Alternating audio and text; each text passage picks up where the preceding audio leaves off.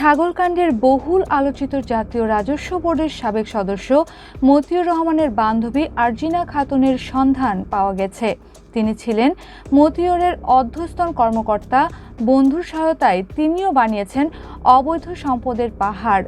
রাজস্ব বোর্ডের মূসক মনিটরিং, পরিসংখ্যান ও সমন্বয়ের দ্বিতীয় সচিব এই আরজিনা খাতুন। এর আগে চট্টগ্রাম কাস্টমস হাউসের উপকমিশনার ছিলেন তিনি। মতিউর রহমানের সঙ্গে নিবিড় সম্পর্কে জড়ানোর পর থেকেই দ্রুত বাড়তে থাকে তার সম্পত্তি। ঢাকায় ফ্ল্যাট, গ্রামে আলিশান বাড়ি, পরিবারের সদস্যদের নামে বেনামে জমি, বাসায় বিলাসবহুল ইন্টেরিয়র এবং দামি সব আসবাবপত্র। মাত্র ৩ বছরে আরজিনা খাতুন ৫০০ ভরি স্বর্ণালংকারের মালিক হয়েছেন। এর মধ্যে ২০০ ভরি চোরাচালানের মাধ্যমে আনা হয়েছে। দুর্নীতি দমন কমিশনের কাছে তার বিরুদ্ধে এসব অভিযোগ এসেছে।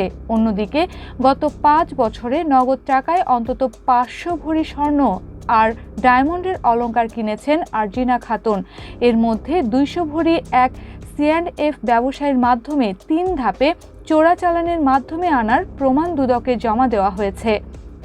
এছাড়া ২০২২ থেকে শেয়ার ব্যবসাও করেছেন তিনি। একদিনে ১০ লাখ টাকা বিনিয়োগে দ্বিগুণ লাভের নজিরও আছে তার। মতিউরের সঙ্গে একই ব্রোকারেজ হাউসে শেয়ার ব্যবসায় বিনিয়োগ ছিল আরজিনার। কারসাজি করে আরজিনাকে শেয়ার বাজারে মুনাফা তুলে দেন মতিউরই।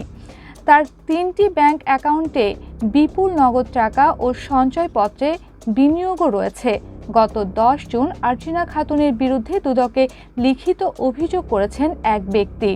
এতে বলা হয়, মিথ্যা তথ্য দিয়ে পণ্য আমদানি, মানি লন্ডারিং, স্বর্ণ চোরাচালান চক্রের সঙ্গে যোগসাজশ আর দুর্নীতি করে বিপুল সম্পদের মালিক বনেছেন আরজিনা খাতুন। চট্টগ্রামে বদলির পর ২০২২ সালে গ্রামে তার পরিবারের সদস্যদের নামে অর্ধ কোটি টাকার ৫টি জমি কিনেছেন। সেসব জমির দলিলও পাওয়া গেছে। এছাড়া গ্রামে আরও প্রায় ১ কোটি টাকার জমি বন্ধক নিয়েছেন তিনি। Happy Rahman, Padma news.